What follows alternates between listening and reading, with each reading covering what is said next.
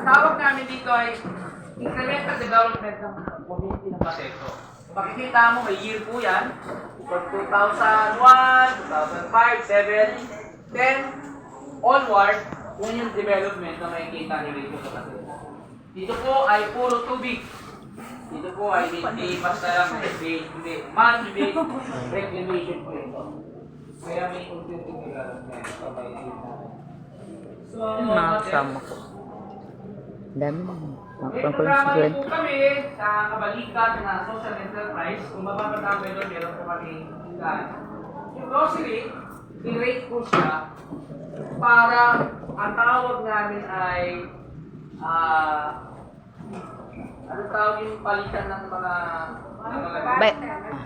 Barter. Hindi po.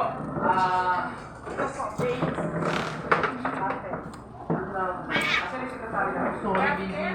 Hindi yan, yung doon ka papalit ng iyong mga para redemption center. Pero ang concept ng aming store ay social enterprise.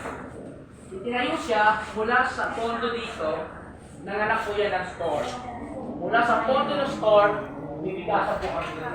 Ang ganda ng ano yun. Mula sa anak ng bigasan, meron kaming tubig. So, mayroon po kaming anak, mga 5 anak po yan. Ngayon o, may yung MRF, gano'n ang razor, hindi yung... Yan ang ano namin. Yan ang Hindi ho namin pinukuha grupo ang livelihood ng aming livelihood.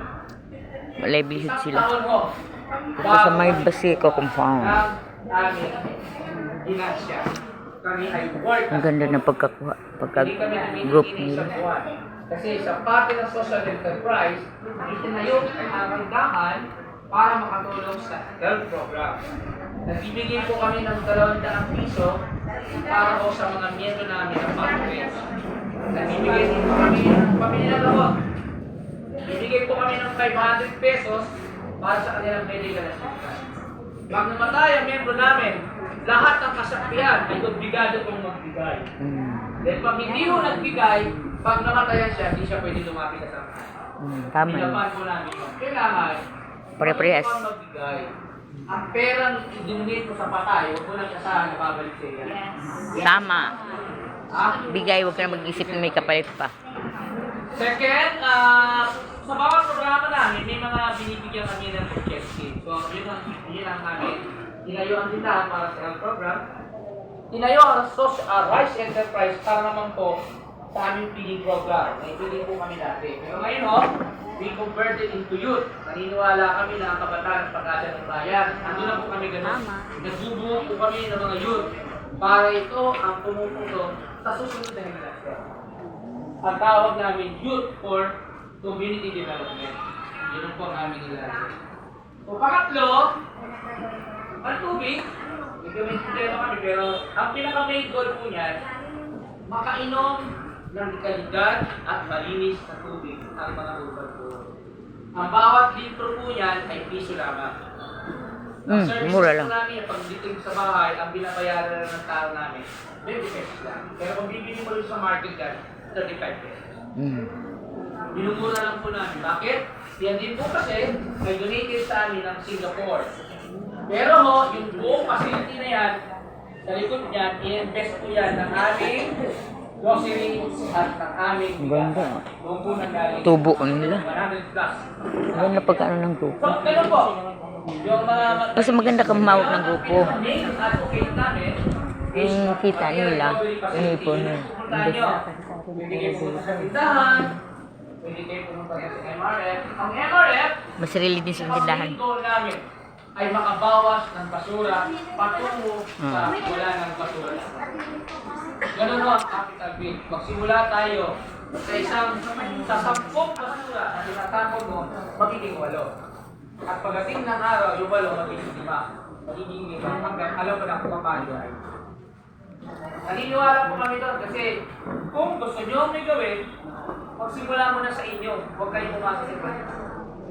Yun ho ang ano, whatever na maniwala sila sa inyo o hindi, kayo pa rin po ang dapat maging. Kasi kayo ang may nakakakita po ang hindi. So yun, may rules kami dito. Ang rules, hindi ko kayo pwedeng lumas na natin yung bibili ng item. Wala man talang pera. Utangin na lang. Pero kung wala kayong pera, inilisa lang namin yung pangalan. Hindi namin kay Daisy po yun. Hulug-hulugan. Hindi nyo ma-appreciate ang isang community kung wala po kayong dalang isang item. Wow, gusto ko yung orange. Kung kayo ng Boracay, dala nyo buhangin, magkagalitan kayo natin yun. Ay, kagaya nung pumunta sa factory, meron kaming, pag-uwi namin, meron kaming basurahan na maliit. Binigay ng ano. Kami nag-advocate na. Souvenir kami. Justify nyo. Saan ba kayo? Galing ako ng Baseco. Wala ko kayo nakikita sa 7-Eleven na ganyan sabon. Ibabad nyo ang inyong, try nyo po, subok na namin. Akala ko Ang pagka... aming sabon, ibabad nyo yung medyas na finish yung marami, itapat nyo lang yung aming sabon. Pinabukasan ng mga malinis na po yan. Hindi na ko sutin. Hindi na ako Sutin. Marami mo yun. Ang 100 members po namin, 100 tao, 109 kayo, 150. Lahat po sila po. Okay. Ang bag na yan, durable po yan. Hindi yan nasusulog, hindi oil eh. Pero ho, yan ay kaya magbuhat ng sabon. Gusto ko nagawa nila. May mga maliliit na item. Gawa nila. Ate, dito ba sinasabi ko, may mga maliliit na maliliit na item, meron po. Para lang po, meron kayong souvenir. Mabibili yung item na yan sa SM. Sa SM Kultura lang. Parang straw yan, oh. Kaya sa community namin, isa po kami sa ating style na hindi yung pagmalaki. Kahit kayo magkita sa divisoria, kami may kita. Dahil ang produkto lang yan na kulang lang talaga kami sa resource na marketing at saka resource. Saka bihirang mga Pilipino ang bumibili ng produkto na sarili natin. Puro ano. Pero, Oo. tigas ng kamay bago pumasok maglabas ng pera. Pero pag sinabi mo, bumili ka ng tsokolate, eh, nagtulad na ano ba yan? Diba? So, yun lang. Hindi na pong tatagal. Maraming salamat. Maraming talong.